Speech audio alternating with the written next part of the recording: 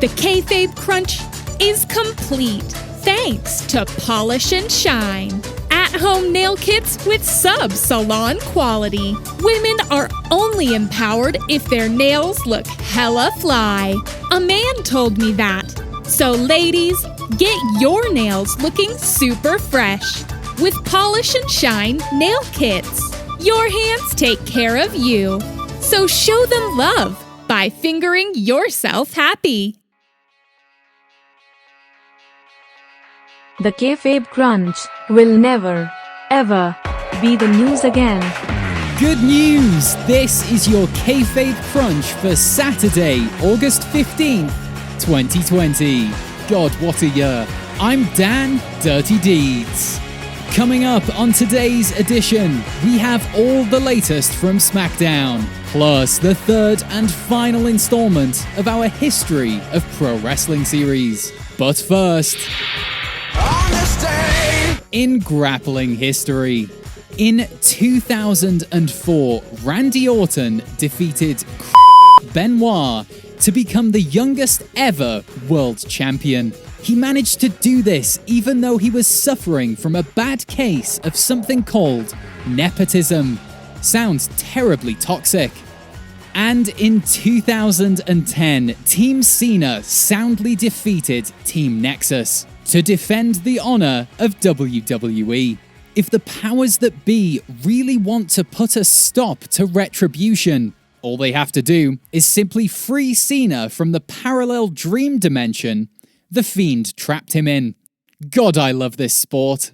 Thanks for choosing this silly podcast. You're absolutely brilliant, but so is everyone else listening to this. So don't get any ideas above your station. And now, let's get on with the toilet trapping news. Top story, end of an era. We are following the developing story of Retribution here, who once again attacked SmackDown. Notice how they never attack 205 Live. At the top of the broadcast, Michael Cole suggested that Retribution are, and I quote, hiding behind current events to cause chaos in WWE. He must be referring to Raw Underground, and the idea that no one will notice the ideological attacks if an old orange guy is wheezing about everything being fine and cool. Last night's show was supposed to kick off with Big E versus John Morrison, but mere minutes into the match, Retribution attacked. There were 8 members this time, which is up from the 5 we had previously seen, leading many scientists to believe that the faction is just rabbits standing on top of one another, dressed in black. That old trick. They escaped due to WWE security consisting of just James Ellsworth and Stevie Richards.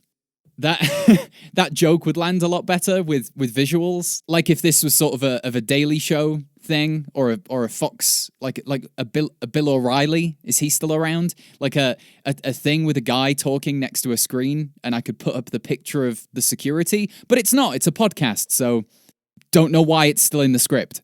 After the attack, Corbin, Big E, and Sheamus all put their hats and or crowns in the ring to lead the charge against Retribution. However, the infighting led to no leader. Later in the night, Mr. E and Mr. Mo once again tried to have a match, this time with the entire SmackDown roster at ringside. In a classic case of bamboozling, Retribution attacked the backstage area instead, where they added several more crimes to their rap sheet, which I have right here. Multiple counts of knocking over some things, 2 counts of assaulting an official, 1 count of mixed message graffiti, and 1 count of trapping a man in a toilet mid-bowel evacuation. That last one, I don't know if you've ever been in that situation, but it's a nightmare. It looks like WWE will be in a different venue going forward, as the Performance Center era comes to an end. In order to keep Retribution out, might we suggest somewhere with a fence? And now it's time for your fast count, the fireball to the face of news. AEW Tag Team Appreciation Night pays respect to all tag teams from the past and present, providing they possess a pair of penises. The Fiend has caused Braun Strowman to shave his head. To quote a popular seafaring philosopher, bald, bald, bald, my eyes. Asuka to face Banks and Bayley for their respective titles. Sources say Asuka will also challenge for the United States, 24/7, European, Hardcore, and $1 Million championships. AJ Styles sings the praises of statistics in wrestling, which is why it's a shame he ignores data when it comes to the spherical nature of certain objects. The Velveteen Dream returns to NXT. He'll face Finn Balor next week for a chance to qualify for TakeOver 30. In this matchup, Dream has youth on his side, which might explain why he's so into himself. Shorty G is seeking the King's ransom. Backstage reports suggest the ransom is $20 and a slap round the chops. That's straight from Dave Smelter. Rose and DeVille to face off at SummerSlam in a hair versus hair match. Normally, this would be rather vicious, but it seems pretty tame after an eye for an eye. Kalisto returns to help his friends in the Lucha House Party. With the re-emergence of their third man, the house party's noise curfew now returns to 11 p.m. More people, more noise. And that's your fast count. You've been counted out. Get that man a damp cloth. Now it's time for the final part of our History of Pro Wrestling documentary. You can listen to Part 1 and Part 2 in episodes 60 and 64, respectively. Or disrespectively, if you want. I don't mind. This is the history of professional wrestling. Part 3, Inceptions. Prior to the Second World War, wrestling was dying.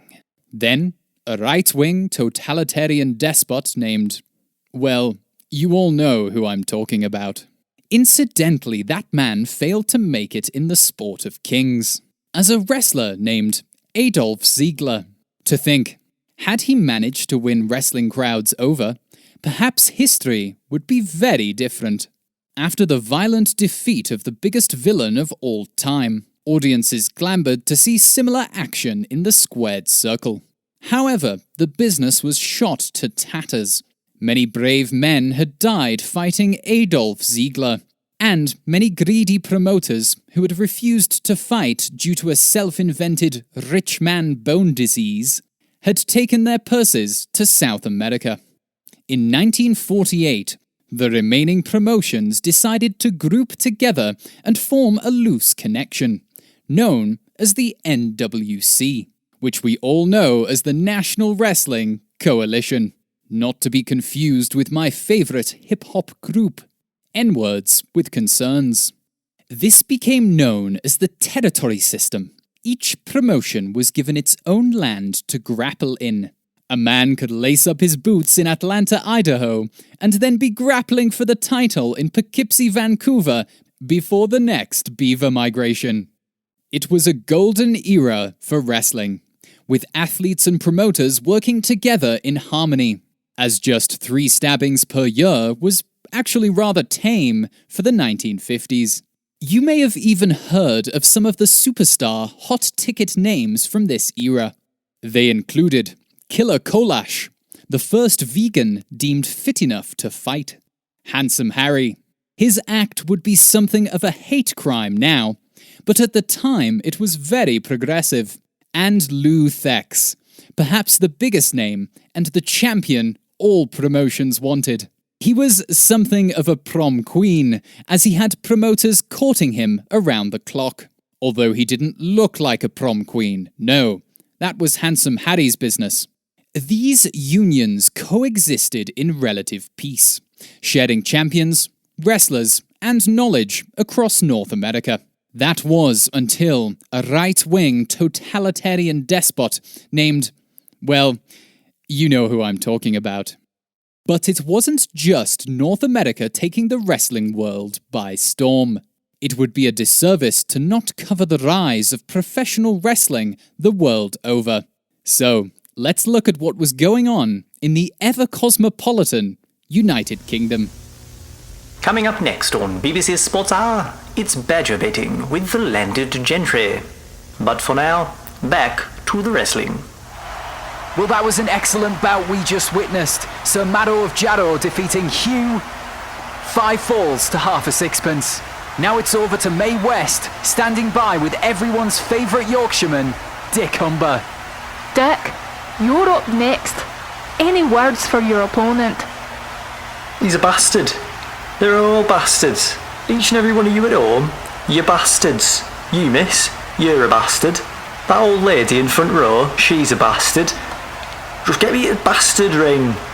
Let's get the bastard wrestling. Back then, it was legal to curse in broadcast media. Compare this to modern times, where I can call your dad a stupid sucking and a robot will simply remove the inappropriate words. I think you'll all agree, Dick Humber's speech would simply not carry the same weight with such censorship. The true superstars of the British scene were Large Papa and Giant Barleywater.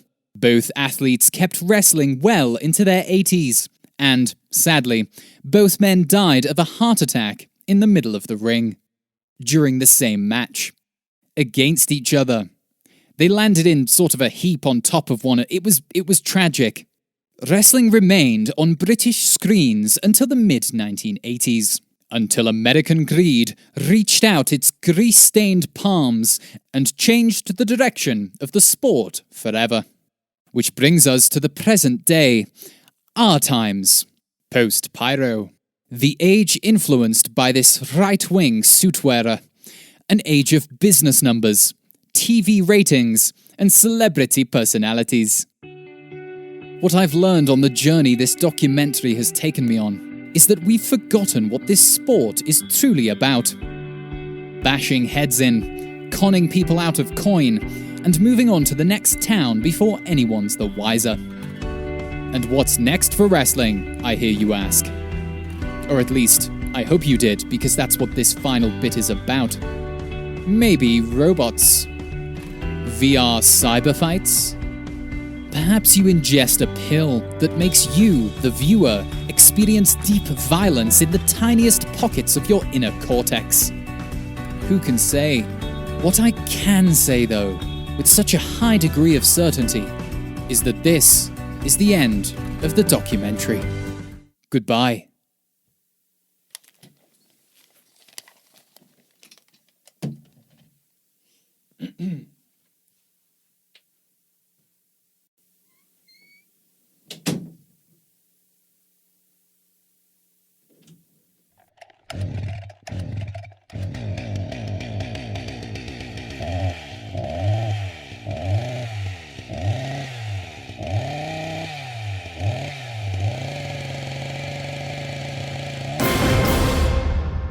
Join us Tuesday when we'll ask, will Shane McMahon ever be cool again? And remember, you can support this podcast by listening back to episodes you might have missed.